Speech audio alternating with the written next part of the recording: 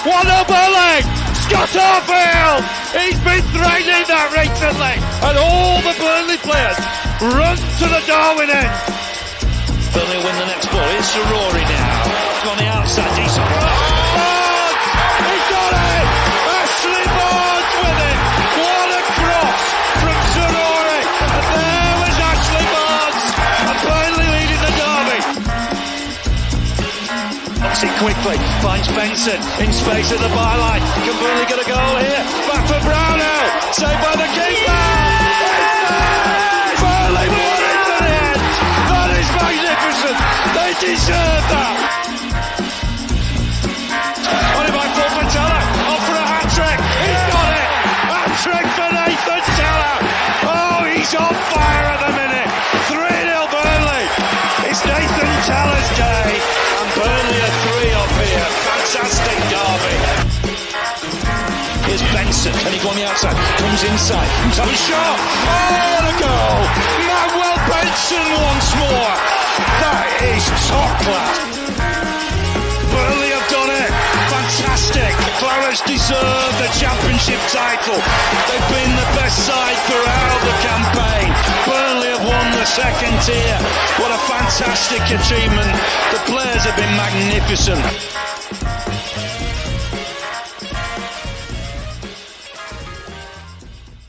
Yes, hello everybody, welcome along to the latest episode here on the TurfCast podcast YouTube channel and of course podcasts as we bring you another episode of The Big Debate. We've not done one for a couple of weeks. Obviously the last time we did one was when Parker was announced.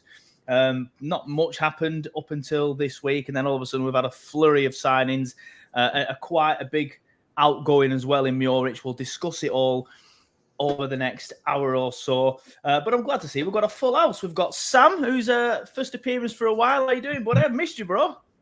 Oh, thanks, mate. I've missed you as well. No, I'm all good, mate. I'm all good. Happy Glad days, to be back on TurfCast. Can't Are we wait. expecting a Sam rant later on about anything or anything? No, grinding your we're gears just at the minute? honestly, we're pure vibes right now. There's nothing negative has happened so far. So other than Merrick leaving, but yeah, We'll get into that. Yeah.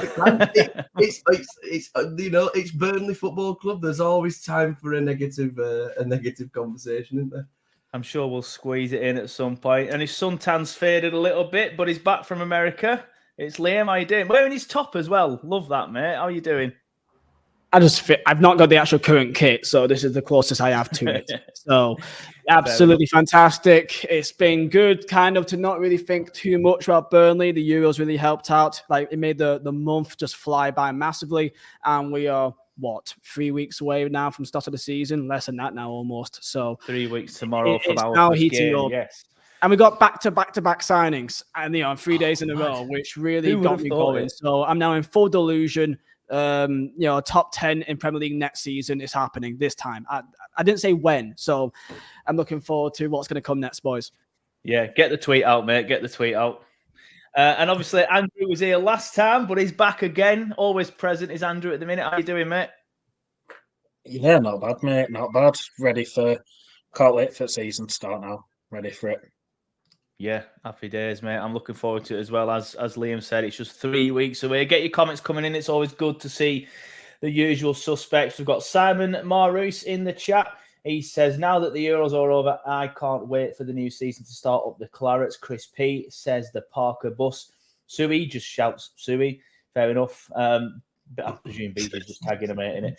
CJ Hazlitt says, I'll honestly miss Muric just because he was entertaining to watch, even if he scared the life out of me. Russell Mercer says, evening, lads, from a sunny Madeira. Who have we bought today? I know, mate, it's been a couple of days without any signings. What's going on? I'm not happy about that. But Liam Beach says up the Clarets. But yeah, get your comments coming in, especially when we're discussing certain things, and we will bring your comments in and discuss what you're saying. Now, we've heard from Andrew on the Parker situation. We've heard from Liam as well. They both sent in some fan reaction videos, and obviously I did my fan reaction video as well. But Sam, we've not heard from you and your opinion on the appointment of Scott Parker. So what are your thoughts, mate? And have they changed from 2 weeks ago? Because I was underwhelmed 2 weeks ago, but I think I've fallen into the trap of listening to a media-trained man. And all of a sudden when he speaks, I'm like, this guy knows what he's on about. And I kind of don't mind it now. But what are your thoughts, mate? I mean, it's a manager, isn't it? I mean, I said to you, I'd be happy if we got a manager, not an assistant manager, and we've ended up with a manager who's got, a very good championship track record in 2 promotions, most amount of goals scored in a calendar year. He's I think he's a decorated manager at this level, and I think, he might not have been everybody's first choice, when the managerial candidates were out there, but to be fair, he's not a bad manager at all. I was very much happy with the appointment when it happened, because I definitely was not one of those people that was against Scott Parker. It was just there was people, in my opinion, like Carlos Corberán, who were ahead, but I put it out as soon as I found out. Now we know who the manager is. Back the manager exactly the same way we did Vincent Kompany. Give them 100% and go from there, because we're not appointing anybody else. Like, we've not appointed Scott Parker to go and be the assistant manager. He's the manager now. You've got to back him. If you didn't want him, it is what it is, but he's here now. He's got a good philosophy on football. I do like his attacking style of play, and I think with the players that we have, I think we could very easily go from strength to strength under his guidance. I think, with the attacking style of play and the players like Benson, Zaruri still in the team, we've still got players to leave, which will mean a lot of funds available for us to bring in other attacking players. We've already brought in a striker. We've already brought in an attacking looking fullback. Once again, we are still a powerhouse in the division. So I'm absolutely buzzing with the signing, and I think he'll do really well for us. So that's interesting. I just want to bring this comment in from Sam McGraw. Good evening. Looking forward to watching all the way from Japan. I don't think I've ever had a Japanese, not a Japanese, someone watching from Japan before. But I just wanted to bring that up before I lost it in all the comments. But it's interesting to hear that from Sam as well, because pretty much everybody, including myself, has said underwhelming. But Sam's been like, yeah, I'm buzzing with it. Liam, you were like me. You said underwhelming originally. How are you feeling now 2 weeks on? I mean, I think we're all in the same boat that when we were looking at the potential candidates and the managers that could have come in, when you put them all on a list, and Scott Parker kind of, for me, fell in the kind of same camp as like a Frank Lampard, where like maybe a little bit higher than Frank Lampard, but for me, he's in the camp of, I think they probably would do quite decent in Championship. I think they'd be fine. But if it comes to being back in the Premier League, I've got serious reservations for if they can adapt us to the Premier League. And I think that is still the case here. But I do think the general reaction to him is a bit overboard. However, I'm not even going to blame Burnley fans for this, really. I think, and with respect to Fulham and Bournemouth fans, I kind of wish they piss off now, because it's almost every single tweet and every single comment is about them just butting in about how he was at their club and how it fell out in the end. Like, look, I get it. Maybe you didn't end up in good situations by the end of it. How he left the club, okay, that's fine. But end of the day, he got both those two teams promoted from the Championship to the Premier League, and that is the job he was given. And at Bournemouth, I still think the way that he left wasn't really that bad. Like, they beat Villa in the first game of season, and then they played, like City and Liverpool, and then another top 6 team, lost each game, and they got sacked. So, it is one of them. So as a fan, you got to back the manager. As a fan, you got to just have this complete cloud-tinted goggles of everything's great, everything's fantastic. And realistically, we are still in a fantastic position in our squad. Is absolutely stacked. We're probably going to see some outgoings because it is simply so large, and the possibilities of this season is endless for many positives, for many positive reasons. So it's really exciting to see the new photos out yesterday from the friendly against Hearts, and it's just the case of counting down the game against Cadiz and hopefully seeing what happens in that game in the first look at the new season. Yeah, interesting. I do agree with that. I do agree with the back him sentiment and stuff like that, because we have to now. Andrew, you were similar to me and Liam. Did say you're underwhelmed at first, but obviously 2 weeks on, how are you feeling about it? A lot better than I were when he first got announced. Obviously, I weren't against him. He wasn't my first choice, like he wasn't everyone's first choice. But yeah, the more I think I've been a bit like you, where the more I've listened to him in his training, listened to his press conferences, I'm full on the delusional train that we're going to win every game this season, and we're going to smash it and batter them lot down the road 5-0 in each game as well. So, yeah, I'm positive with it. We've got some good new signings in as well now. So, yeah, just can't wait for it to start now. Yeah, same. 3 weeks tomorrow, as we said. I'll stick with you, Andrew, because I know you're a big fan of goalkeepers. But of course, Arinet Muric, it's official. He has now left the club. He left, 3 or 4 days ago now. So we've had time to sort of dwell on the news and get our thoughts across it. What are your thoughts on losing Muric? I think it's a big blow. I think it would have been a bigger blow if we haven't announced this. Immediately replaced him, yeah. I can't even say his name. I've not even got that practicing, but I think it would have been a lot bigger blow if we didn't have a goalkeeper coming straight in to replace him. Obviously, we don't know if this new guy is going to be number 1 or if he's going to be number 2. But yeah, it's a big blow because I think Muric, had he started last season, we would have stayed up. I think company's management of Muric and Trafford was very poor. And to be honest, I still fully expect Trafford to go, and I expect Muric to have a good chance of a clean slate this season. He can go again, and I thought he had a great chance of being our number 1 this season. But he deserves a crack in the Premier League, and I'm glad that he's got someone like Ipswich where he's going to get that chance, hopefully. It's a blow to us, but I can't knock him for the chance. Yeah, I agree. I think that's why he's left. I don't think he hates the club or anything. And even though, I did give him a bit of stick when I realised that he deleted all his stuff, which I always find a bit weird. But some people sort of say, I don't understand why it bothers you. But then he put out an ass message, obviously, when he was leaving, which was good to see. Yeah. Aimed it towards the fans, which I thought was telling. But I did like that. But I agree with you. I think he's left because he wants to play in the Prem. He earned the right to have a chance at playing in the Prem with his season at Turf Moor, but then it was taken away from him by company's mismanagement of him. So I think that's why he's gone.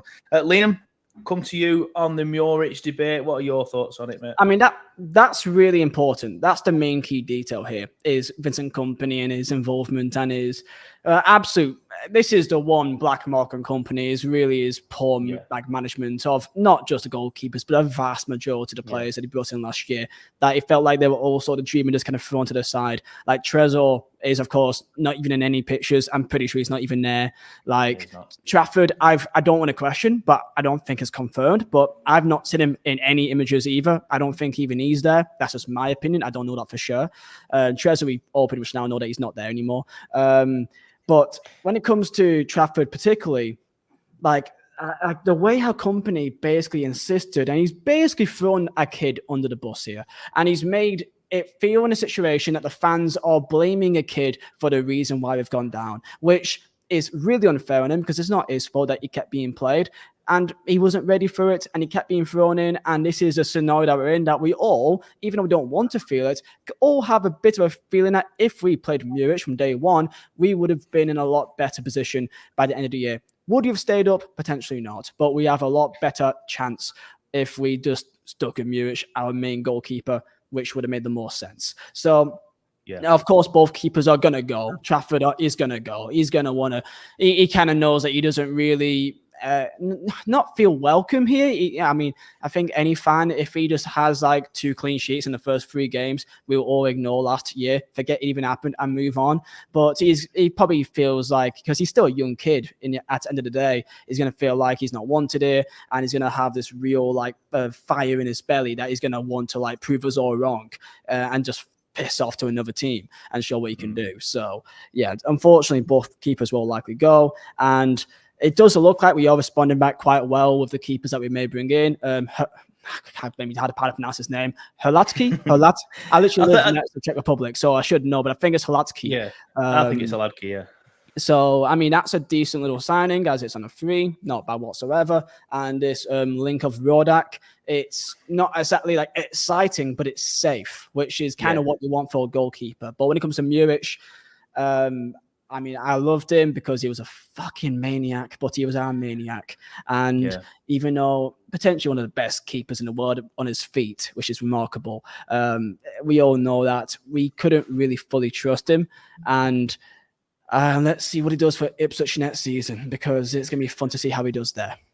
Yeah, it'd be interesting to see how he does there and how they respond to any mistakes he may make, and obviously because we know he's prone to a mistake, but we know he's good at making saves as well. There's a comment on screen here from Dan Taylor, just sort of like backing up what you two just said. He says, I think company's management of a lot of these lads was poor, really. I think he upset a few, dropping them for seemingly no reason. Chris P says, one big mistake from the club was backing and putting all our faith in company, and it went wrong. And Sui again says the same thing. Parker's treatment. Oh, no, he's thought about Parker's treatment here. And I do remember seeing something like that, obviously, from Fulham fans and stuff like you said, Liam. But he says, Parker's treatment of players does leave much to be desired, so we shall see. But it's going to be interesting how we do without Muric. But Sam, obviously, I think you were like me. You wanted Muric pretty much in from the start last season. I can't remember. I think you did. And we both ended up getting quite vocal on it. Kind of exactly what Liam and Andrew have just said. Like, company at the end hung him out to dry to the point where it's probably ruined Trafford's confidence as well as it ruined the club's confidence in Trafford and the fans' confidence in him. But what are your thoughts on Muric leaving? I think there's a 50-50 side of it with Trafford, to be fair. I'll talk about Muric first, and then we'll get on to that. But like for me, Muric was our number one in the Championship. He was our number one, even when he wasn't starting. He was still my number one goalkeeper. Even as soon as I saw Trafford in the starting lineup at the start of the season, Muric was still my number one. His ability on the ball to play out from the back was a key part of how we played, and we lost that the second we brought Trafford in. So I'm pretty devastated to see him go, and that is all down to Vincent Kompany's man management skills. He dropped the ball on that so much last year. He's put us in a situation where we're hoping and praying that players that were big parts of what we'd built the season before stay, and that's not really right for me. I think that, like Liam says, that is a big part of why Kompany leaves a little bit of a sour taste in your mouth, because obviously, like, the Bayern job in itself is a big enough job, and I think everybody has come round to the fact that he should have taken it. But some of the situations he's left us Burnley fans and some of those Burnley players in is quite poor. Like, we've got Trezor, who, you know, it seems to be non-existent, and he was our marquee signing of last season. He was meant to be unbelievable, and we didn't even see him. We brought in young kids to come in and play 2 or 3 games. Nathan Redmond came in on a free transfer. Yeah, fair enough, he got injured, but for the first 10 games, couldn't even find any time off of the bench. Like, all these players couldn't find a way into a Vincent Kompany team, and Kompany has a lot to answer for with regards to players like Zaroury, Benson and Muric. And obviously, we've paid the price with Muric. He didn't think the situation was salvageable, and he's left, and he's got no bad blood against Burnley fans, but he's got his own reputation to uphold. And I think if he thinks he's a Premier League goalkeeper and he wants to give it a chance rather than having another pop at the Championship where he's already proven himself, for me, fair enough. Like, he should move on. With regards to Trafford, for me, he's one of those types of players where I'm just like, I just don't care. Like, he does not seem like he wants to be at Burnley at all. He got given all the opportunity to put in the performances that he did. Arguing about Kompany and being, you know, like forcing him into the 11, and then when it didn't go right, leaving him hung out to dry. He still has the ability as a professional footballer to not make the mistakes that he had, like, and the mistakes that he made. Like, he made mistakes. He couldn't stop shots going in. He couldn't claim a cross. That's not down to Kompany just picking him over and over and over and over again. He is a competent enough goalkeeper who's played at under 21s level and played professional football before. You can claim a cross. You can stop the ball going in the back of the net. Just because somebody plays you 25 times and then all of a sudden Muric comes in, a proper goalkeeper with actual, genuine high caliber football and ability in net, has managed to, he's managing to get the ball out from the back. He's actually managing to save stops. It's not down to the goalkeeper. So for me, Trafford going is a whatever. You go on and move on to the level that you think you should play at and go to Newcastle and get paid 110 grand a week. I do not care. You don't act like you want to be at Burnley. You've not come back to pre-season. You're still on holiday. Whatever. Players like that, for me, whatever. losing a player like Muric who gave everything for a full season, and even with people not backing him with the style of play and getting worried with him with his feet, that stuff bothered me for the first 5 games in the Championship. And then as soon as that Blackpool game happened and everybody just went in on Muric for, oh, look, it's this style of play. This is why we've conceded this goal. This is why we're not. Look at how he ended the season. He had the most clean sheets in the league. He was one of the best goalkeepers out there. So honestly, absolutely devastated that he's gone. And yeah, like I say, company's got a lot to answer for with situations like that, because we've still got the Benson and Zaroury sagas to play out yet. Yeah, it will be interesting to see how them lot play out. Go on, Liam. You want to say something? I don't think he likes Trafford. No, do you know? That was just my issue. It was after all the stuff happened at the end of the season where he just left. He didn't say anything about the season. He didn't come out and say anything about that. Oh, I'm devastated about how it all happened and all that type of stuff. And then as soon as the links came out, he sat there liking comments from other people saying, "Oh yeah, the old Newcastle link, oh, like that, mate. Get a grip, mate. Like, you couldn't do it in the Premier League with a team that faced the most shots in the league. Nick Pope managed to bag a move to Newcastle on merit, saving shots left, right, and centre. You are not a good enough goalkeeper to play in the Premier League, but you think you are. So whatever. If somebody wants to pay for you, fine. Give us £15 million for you, and I'll drive you down myself. No interest in players like that. None at all. If you don't want to play for Burnley, I'm not bothered for how you leave. Just leave. Yeah, no, while I do agree with Sam on a lot of his points, I just want to quickly, I do think with Trafford, because there's been a couple of comments about him not coming back yet. I don't think he's like your Trezors and like your Muric, where he just hasn't come back and he was due back. I don't think Trafford's due back until tomorrow, but not everything you see on TurfCast is true. I might be wrong. But obviously, moving on, we have brought in a new goalkeeper. I'll come to you first on this one, Liam, because you've already mentioned him. Václav Hladky, you said you think he's a decent signing. A lot of Ipswich fans were on the hashtag, and speaking to one myself, were basically saying he's like Muric, but a little bit older and not as tall as one guy said to me about 3 times. Like, yeah, but he's not as tall as Muric. He's the same, but not as tall. But it seems to me like we've just replaced light for light, doesn't it, with Hladky? I'm not going to pretend that I've watched this keeper week in, week out. Neither am I going to for most of our players that we ever sign. But for a keeper that's got quite a lot of experience at this level, just came off the back of a pretty good season with a team that just got promoted back, to the Premier League from the Championship. You can't really go wrong. And on a free as well. All around, happy. I don't really have much more to really say about that. I think it's a nice piece of business, and some experience, I think, is nice. And is he going to be a number one? We're going to find out. Is this Rodak? Trafford's likely going to go, so we're going to have one more spot available with a keeper. So will it be a number one? We'll see, but I think he potentially would be. So yeah, I'm happy with it. No issue at all. Sui says, incredible signing on a free. Experience speaks for itself, and goalkeepers last forever, as we know. I'm the same as you, Liam. I'm not going to sit here and pretend I have watched Ipswich week in, week out, but I have seen bits of this goalkeeper because I did watch Ipswich a few times on the box last season, notably in their games against Norwich, which I don't think they won one of them. I think they drew one and lost one. But it looked like a decent keeper. It looked like he can play out with his play out from the back with his feet. So, as Sui says, I'm on the premise that it's a good bit of business, especially when we've got anywhere between 8 and 15 million, depending on what report you believe, for Muric, and then we've signed somebody very similar to him, albeit older, so therefore obviously doesn't have the longevity that Muric would do. I feel like it's good business from the club. Sam, you sound like you agree on that one, mate. Yeah, mate. I think for a free transfer, it's good business. I wouldn't personally say that I'd want him to be the number one. I do think he's got a lot of ability playing out with his feet, but I think his shot stopping ability is a little bit iffy sometimes. I know a few times last season he was beat from outside the box, and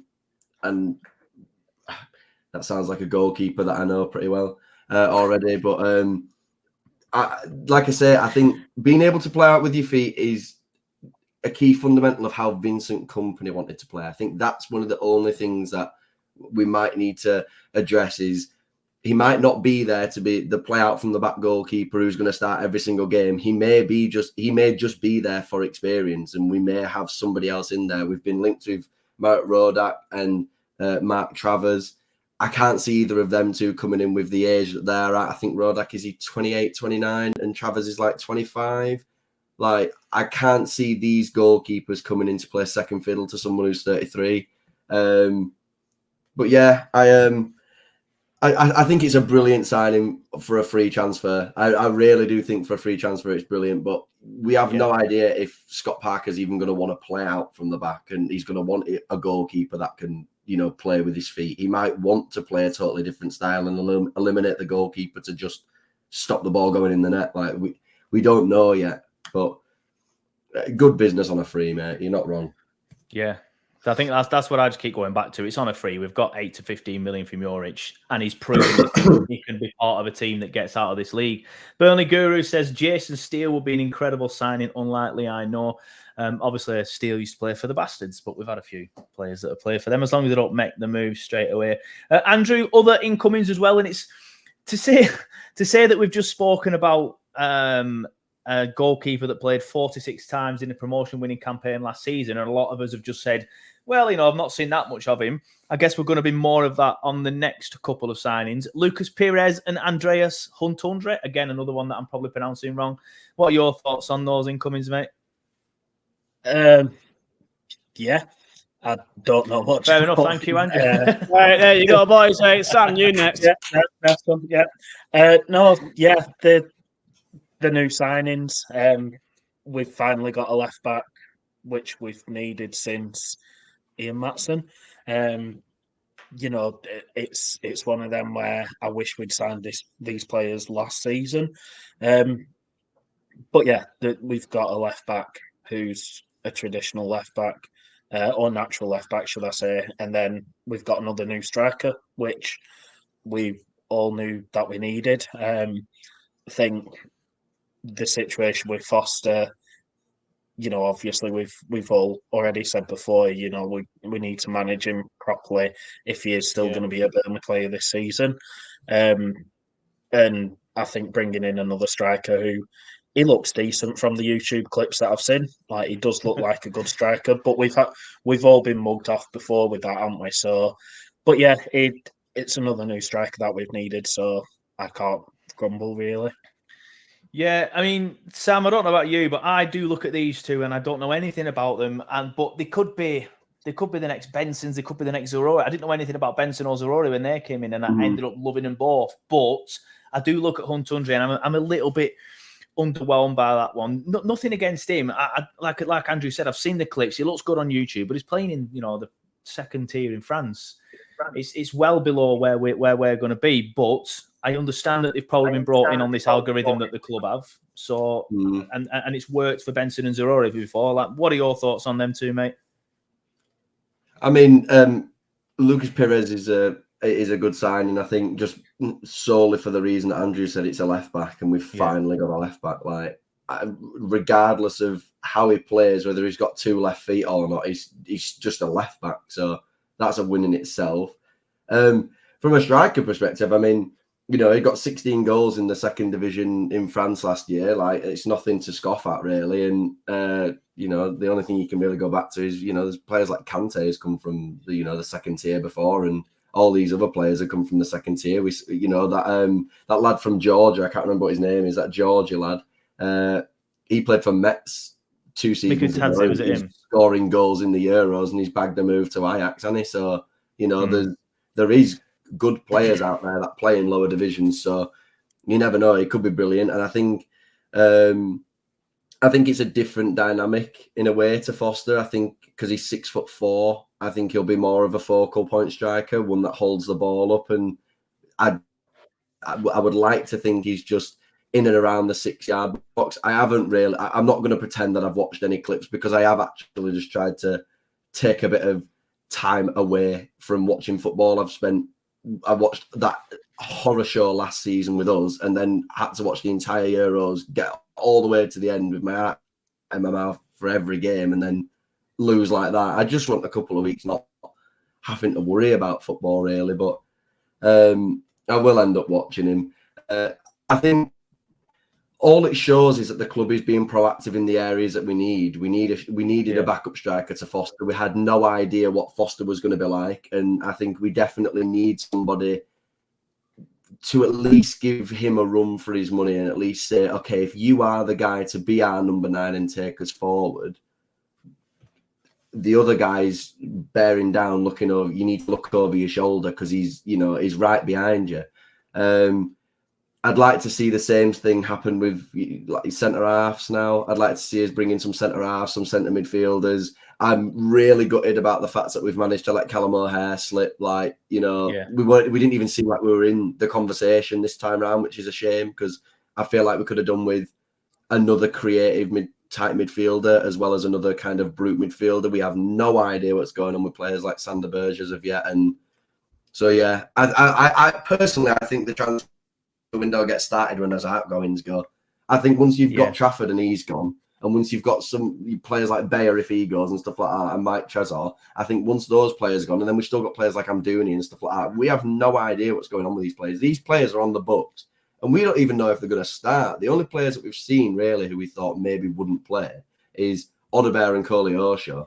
All these other lads that are, I mean, I know obviously Amdouni's coming back from the Euros and all these other players, but I can't get excited yet because I don't feel like we've fully got going. I feel like these are the bridge signings and the players that we've got with the pot of money that we've got left over. But we won't actually know what the team's going to look like until we've sold the players that don't want to be here. Like, we've potentially got 50, 60 million quid's worth of players that aren't going to be here. And that's a lot of money to have to put back into the squad. So I think you'll find out how the squad's fully going to take shape once they've all gone. Yeah, no, I agree. Obviously, we need to, especially if Burge leaves, he's going to leave quite a big gap in the middle in terms of quality. So I do think he'd need replacing. Liam, I'll come to you next. There's been a couple of mentions there of Foster, and I was meant to put that on screen. Forgot it was already on screen. There's a comment here from Sui who says, if Parker's style of play is the same that it was at Fulham and Bournemouth, then we need a proper striker who can give 20 goals or so. Andreas and Foster, not good enough to me. I do want to talk about Foster. Do you think, because obviously he's shown glimpses of quality, just hasn't really got the consistency due to all these issues and the stuff that he went through last season, which leaves me a little bit apprehensive that he can do it for us over a 46-game season in the Championship with all the struggles and stuff that's going to come with it. How do we feel about Foster? Do we think he can step up to the plate and be that striker that we need him to be this season? I've not really got too many concerns about Foster, really. I mean, I thought that he was very good last season until, of course, his incident that he went away for about 2-3 months. And then, of course, when he came back, he wasn't particularly the same player, unfortunately. But he was very impressive, in my opinion, in the first couple of months of the season. And I felt like he was doing the job. Of course, in the Championship prior for that 5 months he was there, because he signed him back in January, that, of course, he wasn't particularly on fire. But and we were kind of waiting for it to click, and I think that it did. I mean, I wouldn't really be looking at Scott Parker's style of play in previous campaigns because, in theory, what team or manager doesn't want a striker that can score 20 goals? So, I don't think that really means much. It's just the fact that I think that there's still so much to do. There's still so much to come in this window. There'll be still so many players going. There'll be probably 5 more players coming in. We don't exactly know when or where, but there's a month and 10 days left of the window. So by the time it's, the 12th we play Luton? The 12th? Yeah, 12th of August. The team we have then is going to be absolutely incredible. Because I don't think I've seen any links really about Odebear or Koleosho or Sander Berge or any player. It's quiet, really, isn't it, with the main 3? So Berge. I've seen nothing. He's one which I felt like could potentially stay. Of players that I think will probably go, will probably be the likes of Trezor will definitely go, Trafford will go. Amdouni, I think, probably may go as well. If we can keep Amdouni for the Championship, then he's going to have a lot of fun because he's a technically fantastic player. And I still back him. Of course, he didn't have the best times last season, but I still think personally that he's potentially our best technical player. So I beg that he can stay with us in the Championship personally. So. Yeah, I mean, if Amdouni stays, then there's those 3 as the options as the number 9. However, we've got so many attacking options. I mean, Scott Twine apparently seems bagging in goals. I think he allegedly bagged a hat-trick against Barnsley in a friendly the other day. So we're going to see what happens with him if he's going to be also involved, because I think Scott Twine still has something to give here. But I'm looking at the team here, and we've got so many options. I mean, we could have a front four of like Koleosho, Alderberg in the 10, Benson on the right, and then up top could be Amdouni. Like that could be, and then Berg behind him with Cullen in a championship. And that's semi-realistic. And let's say one or two players goals. Okay, Zaruri can replace them if he is here. Or we could have Foster or Hountoundji. So, like, again, the squad that we have is really, really good for the quality of the league. And it also is, right now, full of depth. That can, of course, all fall apart within 2 weeks if we sell, like, 5-6 players. But right now, we're in a great position. So, some outgoings will probably happen. That will be normal. I'm still very positive. I'm still absolutely buzzing to see just these players play again. I want to see Zaruri. I want to see Benson. I want to see how these players. I want to see Koleosho again. There's also, by the way, Aaron Ramsey that is not available till like Christmas, but I think he could be like literally a new signing for us back in the January transfer window. So I'm looking forward to see how he does. So, I mean, I can't help but feel just this feeling of complete optimism and just I'm so excited for the season ahead. I can't wait. And J-Rod is here, by the way. Yeah. J-Rod is also here. As Super Vouty Veghorst says, J-Rod is still here as well. Veghorst is here. Veghorst is still here, technically. Maybe Scott Parker somehow can drug Veghorst or something, and then he somehow wants to be here. Well, Parker's already said he wants to work with him, so obviously Parker wants to, but obviously I can't see him staying. He clearly wants to leave. If Veghorst is still at Burnley by September 1st, then I will buy whatever you guys want. Okay, I will buy any private jet you guys want it. Okay, private jet. Okay, anything from the Burnley shop.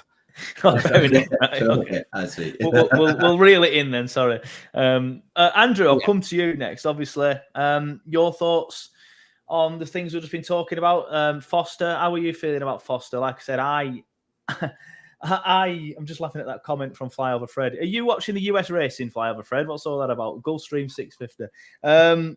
Oh no, I presume that's a private jet. Sorry, I'm just thinking about American horse racing then in my head because that's what I do for a job. Anyway, if you're watching on YouTube and you're listening on the podcast, thinking, "What is he on about?"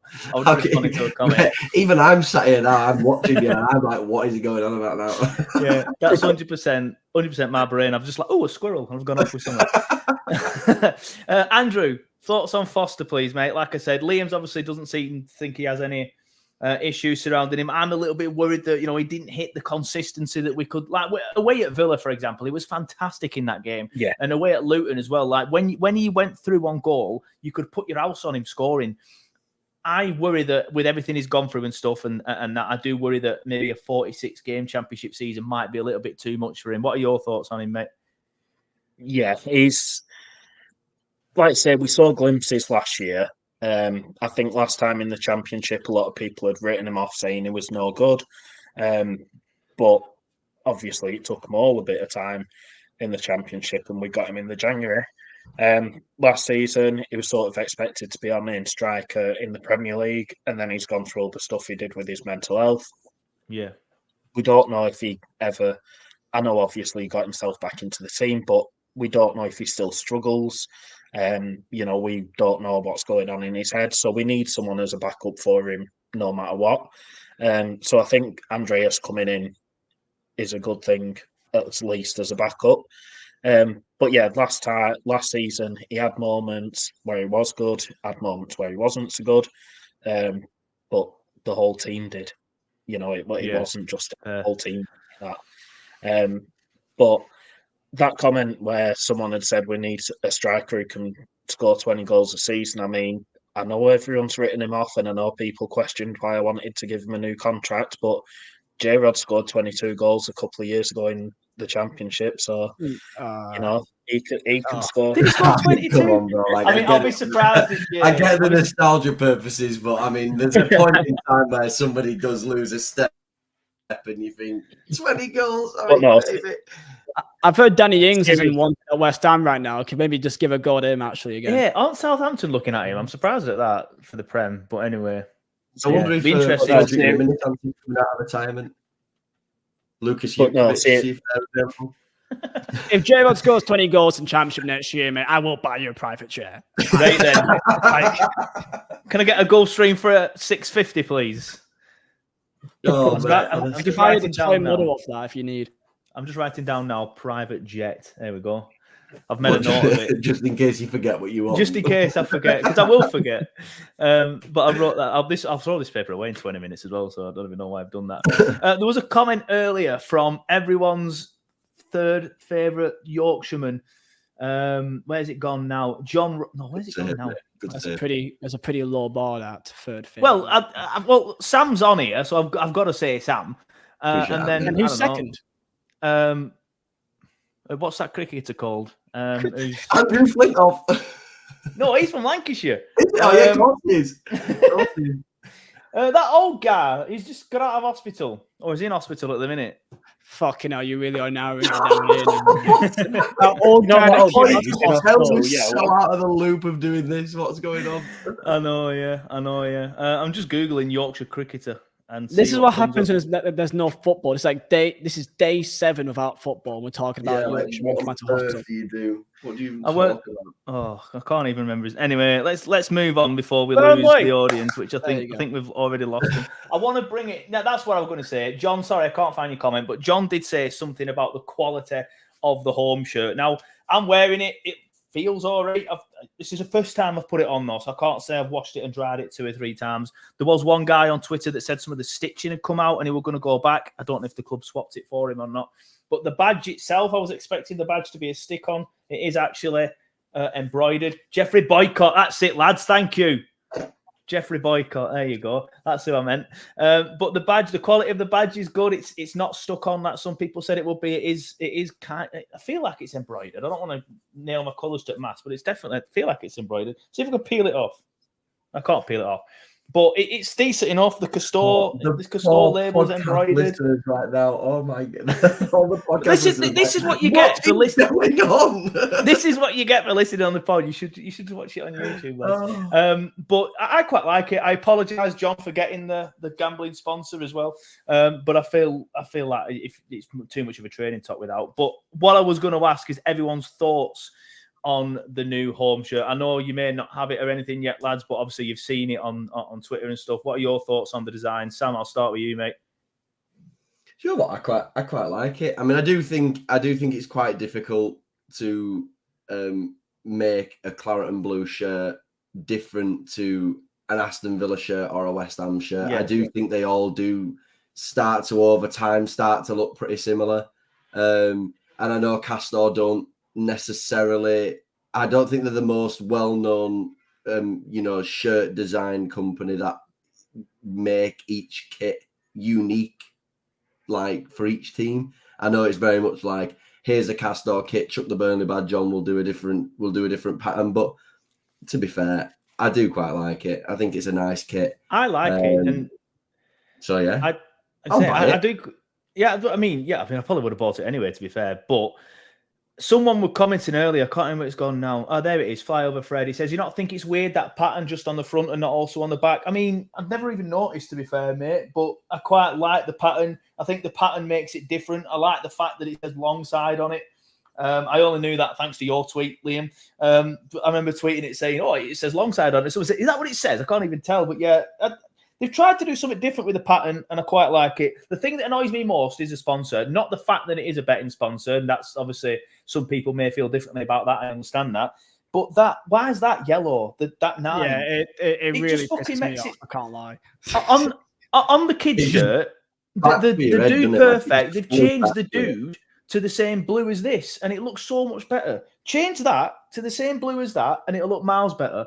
Tony Miller says, and he said this earlier, but we weren't talking about it, so I didn't mention it, that even on the sponsorless version, the sponsor is still on the back. And of course, you've got Bristol Street Motors on the top. I think the only reason why they've removed that is because it's gambling, not because it's a sponsor. They wouldn't have offered and that's why they've left Bristol Street Motors on it. But yeah, Liam, your thoughts on shirt? Do you like it, mate? I mean, the thing is, the best way to really judge it is when you see it on the players on a full kit. And when I saw the pictures of the game yesterday with Anna Saruri and that still image, and I was like, yeah, love it.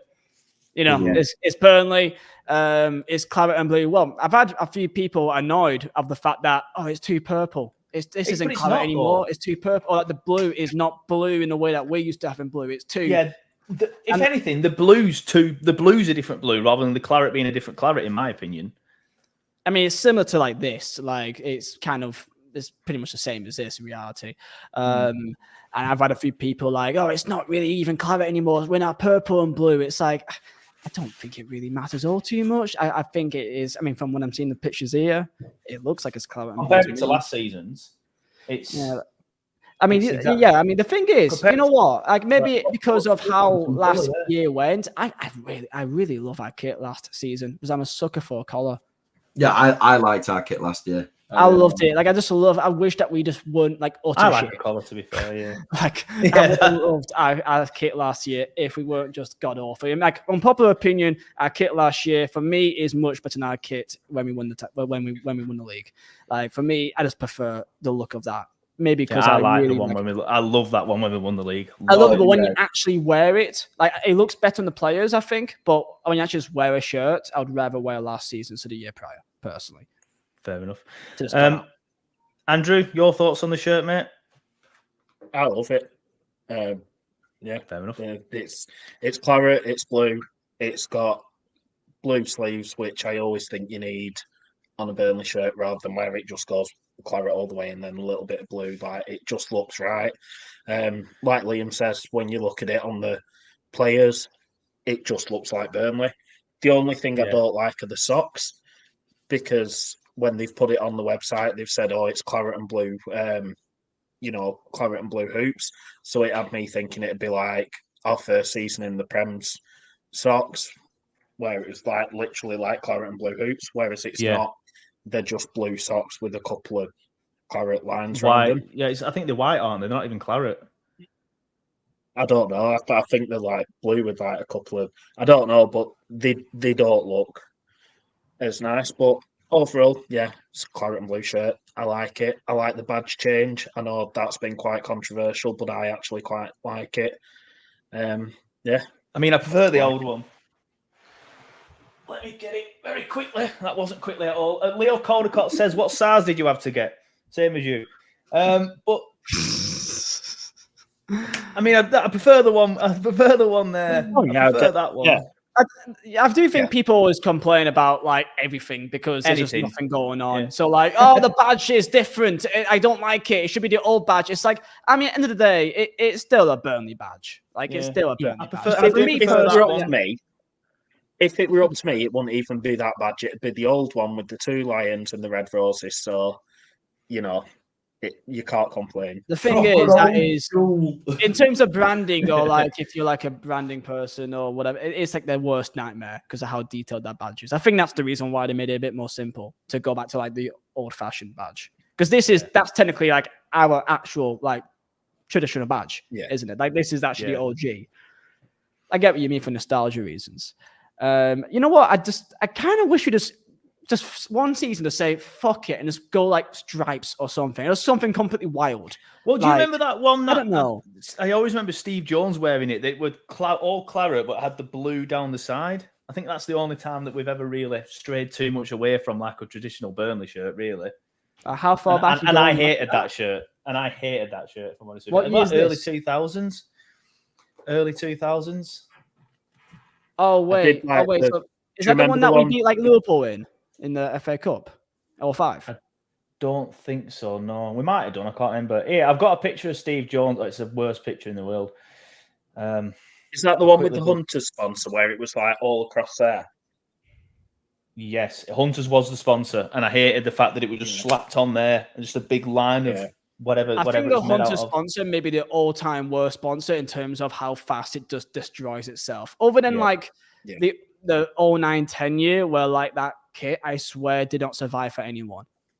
The Cook one or whatever. The Cook, like our first year in Premier League. I've got very like strict memories of that kit just being you literally put that in the wash and then you pulled it out and it was literally white and the sponsor was like sat at the bottom of your washing machine, just like all decrepit and wet. Like that kit is I feel like the badge kept on like folding inwards or something. Yeah. Like, That kit doesn't come out very often if I'm playing five-a-side. That kit is very much at the bottom. Yeah. I do have it, but I'm saying it's just in like a perspex box at the bottom of the boxes. I haven't worn it for years. So we've done the shirt. Yeah, same. I need to. Mine's just in the bottom of my wardrobe. There was a comment earlier from Super Fighty Vegos. I don't think it's actually him. Who says, guessing we can't afford to make an away shirt, absolute trend. So give them time, mate. I think the away shirt will be coming out at some point. Some clubs still haven't released their home shirt. And I always prefer the away shirts and the third kits because you can be a bit more adventurous with them. I know I was on my own last year with liking the yellow one, but I do like a yellow shirt, and I think the third shirt as well from last year was really, really good. Sui says there's that silver tinfoil one that was class but was an away third kit. I have never met anybody else who likes that kit, but I love it as well. I love it. I think that silver kit was one of the best kits I've ever seen. Finally, all my life. Andrew don't agree, to be fair. No, because look, right, the kit was so hit at a time that no one bought it, and now it's one of the most rarest Burnley shirts of all time. Yeah, genuinely, man. Honestly, if I could have that kit now, honestly, I've got it. I have got it somewhere. It's not in here, so I don't know why I'm looking around. I have got it somewhere, but it still looks like tinfoil. But I quite liked it. I mean, how many kits do you know that looks like tinfoil? Not many. It's brilliant. It's I mean, like who can you actually think of that's ever had a silver kit? Like us, we're just unreal. We are trendsetters. Trendsetters for people that didn't start a trend because people don't like it. But yeah, I really trendsetters for something negative. Yeah, I like it. No. You know, is what it is. Yeah, right. What I'm going to do now is I'm going to bring in, this is our full squad. So I just want to give a shout out to Burnley Express reporter. Forgot his name off the top of my head now. The main Burnley Express reporter who I've had on the podcast once. But what's he called now? Matt Scrafton. There you go. It's Matt Scrafton. Right. So basically, I know, for those of you watching listening on the podcast, it's more of a visual thing, this, but I'll read it out for you. But this is the full squad at the minute at Burnley Football Club. It just symbolises how inflated the squad actually is at the minute. So obviously the goalkeepers are currently Hladky, Trafford, and Vigouroux. Obviously Muric is gone. Defenders: Al-Dakhil, Bayer, Delcourt, Dodgson, Riley, Ekdal, Esteve, Luke McNally, O'Shea, Pires, Roberts, Sambo, and Vinny. Central midfielders: Bastian, Burge, Brownhill, Cullen, Visengo, and Ramsey. I mean, don't count Ramsey. I mean, he's in the squad, but he's not going to make the 25 because he's, as Vizzy's already said, he's out till Christmas minimum, potentially all season again. Attacking midfielders / wingers. You got Enoch, then you got Benson, Cherlinov, Costello, Goodmanson, Koleosho, Odebear, Trezor, Twine, Redmond, and Zarore. Then strikers, you got Amdouni, Foster, Huntundre, Obafemi, J. Rod, and Wout Weghorst. We need. We're all expecting outgoings, aren't we? And I'll come to you, Sam, first on this one. But where we can only submit a 25-man squad, right? I think that's the same in the Championship it is in the Prem. Mm-hmm. We're going to need to cut a lot of the excess fat off this, aren't we? Some may be loaned out again, like the younger ones. Obviously, Mellon. I've not read him out. I've just saw him on the outs bit. But Mellon's already gone on loan, for example. And then you've got Muric, Charlie Taylor's left as well. Mm-hmm. Bailey, Peacock, Fowler, and of course Jack left a while ago now. But who are we getting rid of here to trim this squad down to size and get rid of the excess fat, like I said? I mean, ideally it would be, Dodson could play a role if we are not bringing in another left back, but probably him, Egan Riley, McNally. Obviously there's still potential of Jordan Bayer leaving, Trafford leaving, so that's 3 or 4 just between defenders and goalkeepers. Midfielders, if we can keep Sander Berge, he's the one that I would like to think we can. So for the purpose of, if we're doing it realistically, I'll leave him in there. I'd say Costello probably alone, or just not in the squad, back into the under-21s maybe. Cherlinov could go. Trezor won't be there. Weghorst won't be there. As much as that, I actually find that quite sad now. Weghorst won't be there. Obafemi, there's still potential of him, whether or not he is a part of the squad. Obviously, it's to be determined by Scott Parker and whether or not he thinks he should be in there. But I think if you did it like that, you've trimmed the fat quite a lot. You've allowed yourself some players to bring in. For me, that squad is crying out for another genuine central midfielder. I think we'll see more from Masengo this year. I completely agree. I think he'll be playing quite a lot this year. Yeah, I think Masengo will be in the team a fair bit. I think Cullen will be a main stake in this team. And if Sander Berge is there, I think he will as well. I think Samuel Bastian as well, actually. I've just seen his name. I can't see him staying. I mean, maybe a role player, but, I think if you chuck all those names out there, you're talking, 7, 8, 9, 10 players that could be going, and that frees up a spot for 5 players to come in. I think like I say, I think we're light in midfield. I think we will inevitably be quite light at fullback because you have no idea what's going to happen with Connor Roberts just yet either. I think this is my only gripe with the team at the moment is it's all so up in the air because we've just got the new manager. We don't necessarily know what the style of play is. Like Liam says, we won't really know how it's all going to click together until we see how we play against Cadiz, really, and the players that we've brought in, where they're going to play, if they're playing, if they're starting, what that style of play entails, and then you'll know what types of players we're actually going to be looking for. Does Scott Parker think we need wingers? Probably not. With all the wingers that we have got. Will he think that Foster and Hountoundji are good enough? Is Jay Rodriguez going to play more minutes than we thought? There's too many narratives and too many different situations to deal with first. Like I said at the start of the podcast, we won't know how the team's fully going to look until we've got those outgoings really going. Yeah. Because that to me now is a list of so many names, and you can name 10, 15 that could justifiably leave. Yeah, so I'm writing some down now, and it's just getting bigger and bigger and bigger, this list. But we're not getting rid of 15 players. This is my point. Like, there's 15 that there's some on merit that could go. Like I say, Sander Berge would deservedly get a move. Jordan Bear as well. You've obviously got the CJ Egan Rileys and the McNallys, who are very, very, very easy to chuck out there and say, send them on a loan again, because they were on loan last season. They were on loan when we were in the Championship. Like, they didn't play a part, so why would they this time? So yeah, I just don't think we can really gauge anything until we've got those outgoings. I would find it too difficult, and I'm sure the lads will as well. There's too many names that could be there, could not be there. We don't know what the signs are, so it's tricky. Yeah, I've just been looking at it. I think Trafford 100% leaves. Weghorst 100% leaves. Trezor 100% leaves. Sander probably about 95% leaves. Obviously, this is not who I want to leave. It's who I think will leave. And then you've got, I think McNally will go out on loan. Bastian will probably go. Egan Riley potentially another loan. Redmond, I'd be surprised if he stays. Orderbear as well. I think someone's going to come in for him.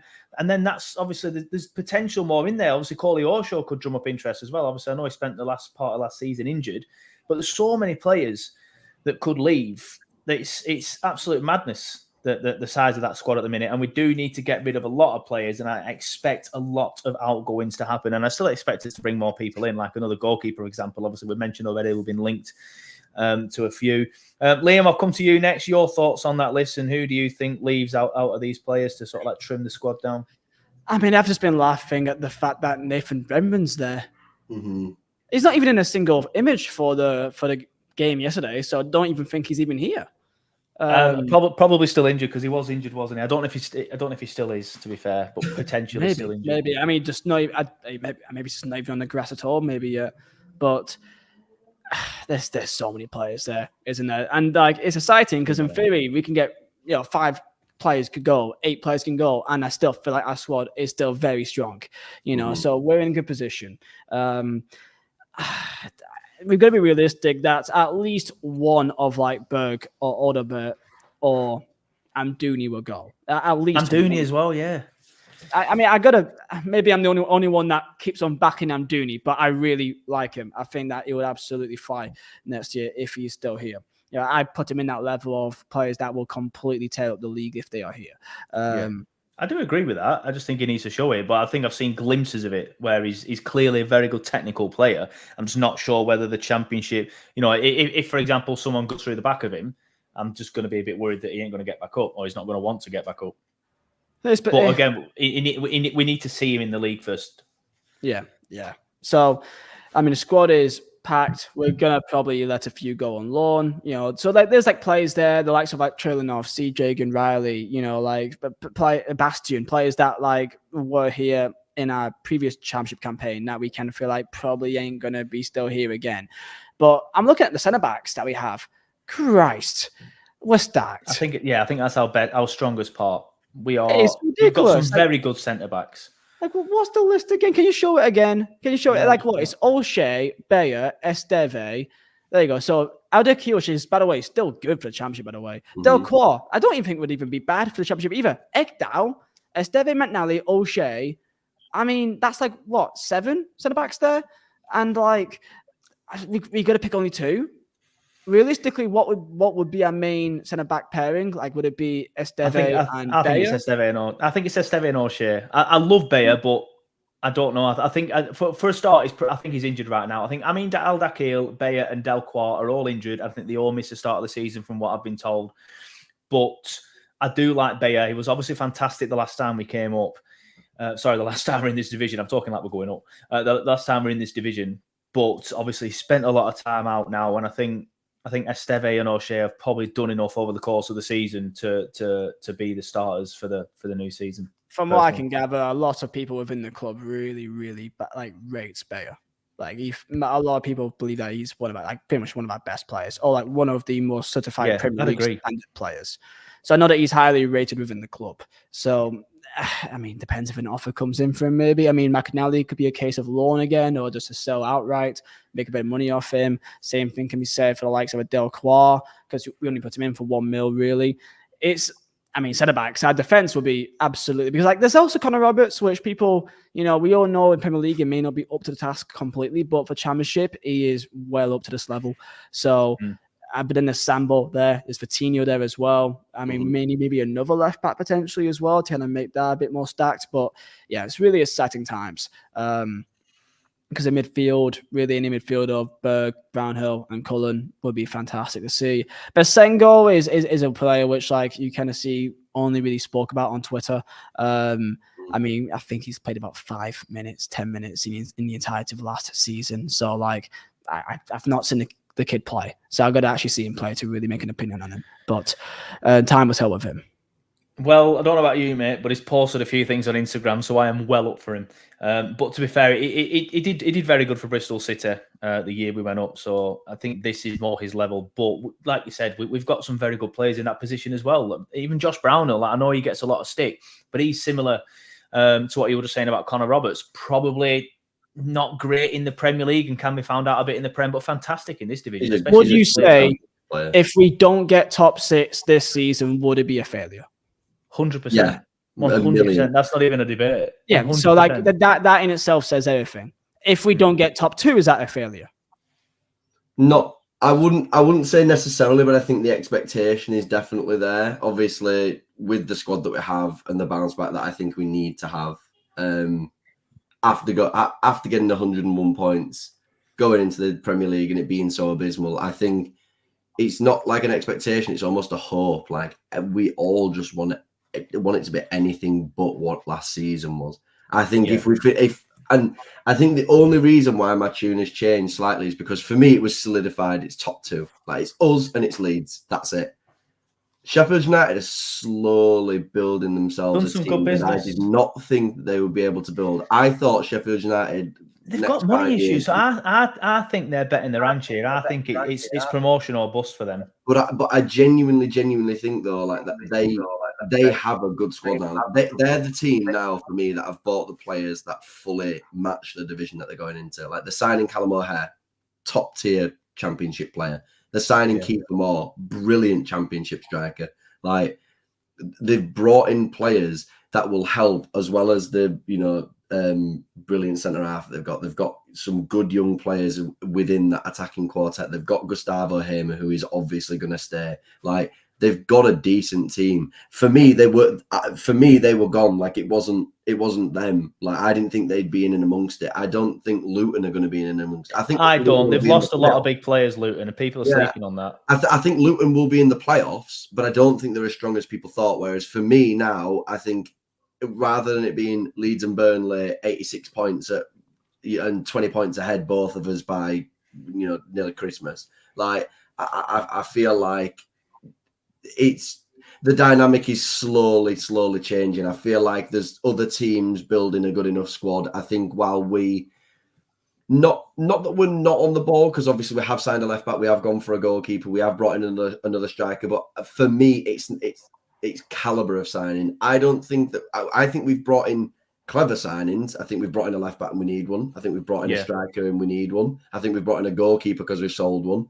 But I don't think we've brought in the player where you go, that's a good championship signing. I feel like the last time we were in the championship and we brought loads of players in, we brought in unknown names, but we did bring in a couple of players like Teller. People were like, cool. Yeah, all right, that's a good player. Muric, okay, we've heard of Muric. He's played at Man City. Good signing. We brought in good players. So for me, I just want to see one or two players come in with a little bit of something where we can go, wow, like we spent £5 million on this brilliant centre midfielder, and I fully know who he is, and I know what he brings to the table. Like, I feel like we're missing those kind of signings currently, but I also think it will come. But I'll just go back to it again. We're all in agreement that like the championship this season is weaker than last season. We all agree with that, right? Yeah, dramatically. What do you say this league is weaker than the time we went up 2 years ago? Because with the Leeds element. But then, like, realistically, in that top six, not really. Like, is Norwich? I'm not too sure because I think it's stronger probably in the top 10 now. I think it's a stronger top 10 than the season we went up, because you've got to think as well. Like, Middlesbrough came back as an anomaly. They came out of nowhere because they were bottom, and everybody counted them out, saying like, "Oh, they're easily going to be, a relegated team." We had Coventry kind of pushing a little bit, but like worthy. We had a Norwich team that, had a lot of money, but didn't really have a right lot to do with it. Whereas I feel like Norwich have brought in some good players. Watford could be back with a vengeance. West Brom are a very, very good team. West Brom are one of the teams that I think might surprise a few people. Like, Sheffield United have come out of nowhere. Luton, regardless whether losing players, will still be a top 10, possibly a playoff team. Like, I think there's more teams that could get in that playoffs, and there's more teams I think that could chase. I don't think there's more teams that can chase us for the top two, but I think if there's 3 teams in it, like we've seen what 3 teams has done in the past when it was us, Borough, and Brighton, like us, Borough, Brighton, Derby. Like, when you have a couple of teams that are relatively close in ability-wise, yes, those 4 teams are 20 points ahead of 4th or 5th place or whatever, but they're all interchangeable, and I think that's the only thing that's where my expectations change. For me, it was guaranteed top 2, whereas now I think there's more teams that could be in and amongst that top 2. I think top end of the playoffs is where I would be okay. If we finished 3rd or 4th, I don't think I'd be like, that's a terrible season. But if we finished like 6th, 7th, I'd be like, how on earth has that happened? I mean, it's hard to say that now, because obviously we've just gone through the squad and said 10 people could potentially leave, so it's difficult. But I think us and Leeds will be strong. Sheffield United, like I said, have done good business, and I agree with that. But there's so much going on as well. I'm not a massive fan of Wilder. I think he's like 5 years. 5 years ago, I thought it was decent, but I think he's about 5 years sort of like, I don't know. I just don't rate him as much as I used to. Probably because of the Middlesbrough thing, to be fair, and obviously last season.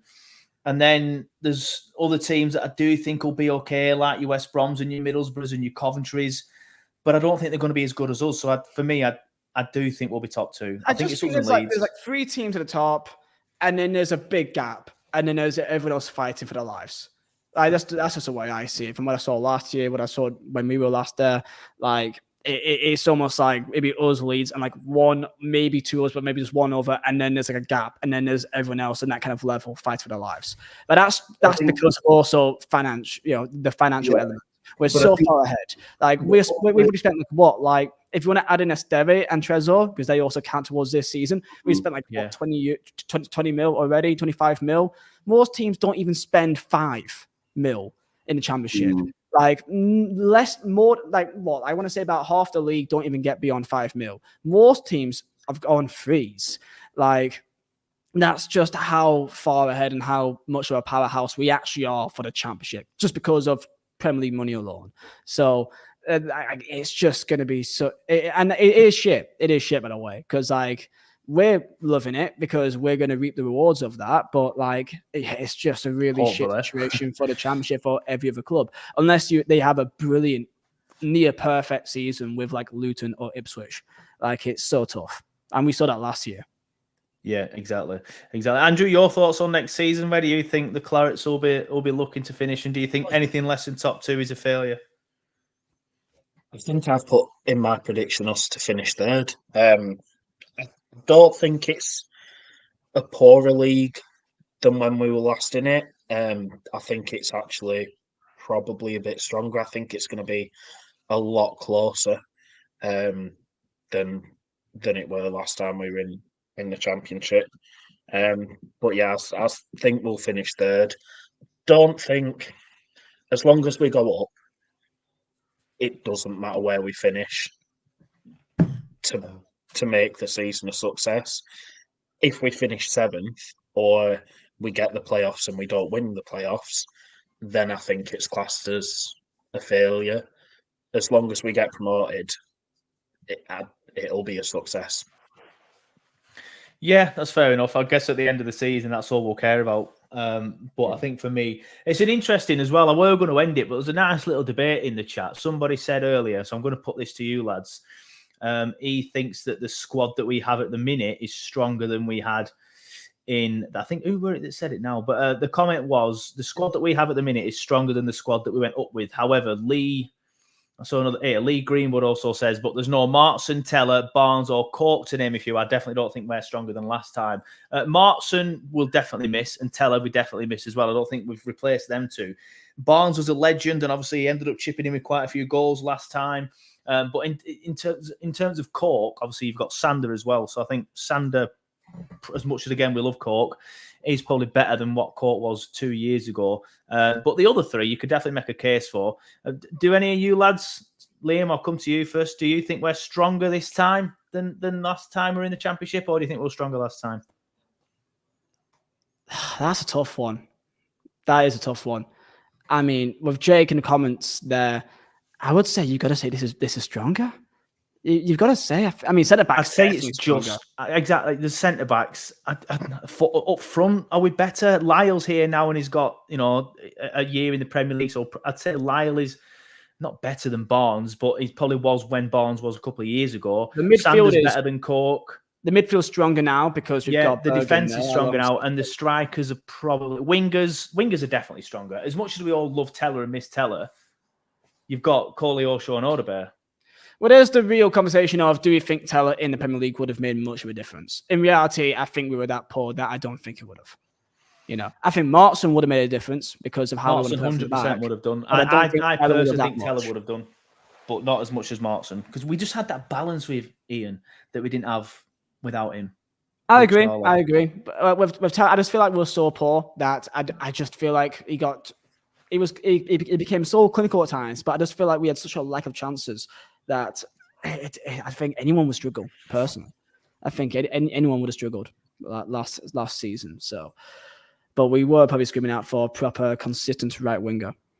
Yeah, no, I agree. And he offered an outball as well to Teller. The amount of times that he just legged it, stretched the opponents, and Muric just pinged it up to him. Obviously, the goal at West Brom, the penalty that we got, another example of that. I do think we miss Teller more than people realise, if I'm honest. But Flyover Fred says the biggest miss is Teller. I think the biggest miss is Martson. I agree with that. But I had a comment on screen there, which was a good point from Jake. He says, we started the season with Costello, Dodgson and Bastion. Yeah, that's a great things point. Can change fast. We've not got any loans in, I'm pretty sure. So there's always it can happen quite fast now. We'll get 2-3 loans in from some top clubs in Premier League, some young talents, and I mean, they're always open to just letting in their young players go to Championship, to clubs that they think will do well. We're probably the perfect club to do it because we did it last time round. So don't be surprised if we hear some little loans from Chelsea or City. Probably not City because they may not like us much because of company now. But there's things can change so fast. Koleosho, I'm looking forward to just seeing him run again. That's all I'm looking forward to now. Yeah, Alan says, where's Trezor? That's the age-old question, mate. Nobody knows. He's not come back yet. He's in Burnley. Is he in Burnley? Oh, have you just made that up? Is that, I know, he's in Burnley. He's anywhere but around the Burnley area. We know that. He's not in Padiham. I'll tell you that much. Tell you that for free. I'll probably end it around about here then, unless there's anything that any of you lads want to chat about that we haven't mentioned. No, I just want to say that with the debate of the squad, I think, like, if we're stronger or not, I think it's very similar to what we'd said about England, where man for man, we're probably stronger. Like, we've probably got better players in each position. But as a team, we're not going to know till we've seen them play. Like, we're a completely different team, completely different manager from the last time we were in this league. So we genuinely don't know until we've had the chance to see us play. But I think man for man, we are a better team than we were last time we were in this league. Yeah, Lee Greenwood, obviously, who was the person that said he thinks it's stronger last time, has put another comment, and he says, I was watching the 22-23 season highlights. That's one way to get depressed, mate. We have signed some quality players since then, but we've lost some quality ones too. Markson and Teller have shown how good they are this season. Obviously, yeah, I agree with that. We mentioned them too as well, but there's players as well that have come in that are very well. Alan says, could Redmond or Ramsey play a part this season? They are both currently injured, mate, so if they do, it won't be for a while. Trezor is AWOL, says Dale Husband, and Chris P said Redmond surely would do a job this season in the Championship. Like I said, I think he's injured. I know for a fact that Ramsey still is injured. I think Redmond's injured because it was quite a poor injury that he got. But yeah, we'll wrap it up there. Thank you, lads, for coming on. A nice chat. 1 hour, 18 minutes. I've still not had my tea, so I'll have to go and do some cooking. But thank you all for coming on. It's been a pleasure. It's good to have you all back as well, because obviously Liam's been busy in America. I did have a chat with Liam, though, after his trip to America.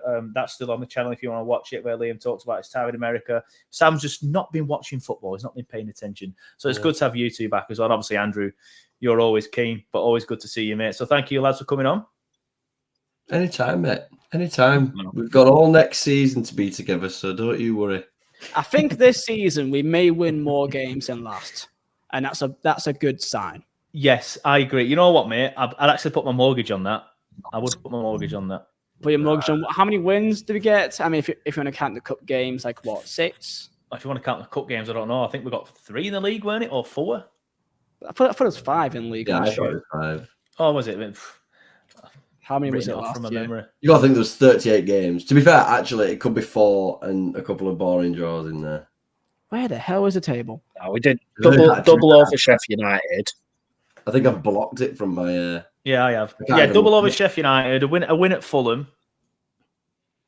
Did we do Brighton? Last year was so shit, was it? Like that. You get to 3 teams, you're like, nah, I don't even know. Who else did we beat then?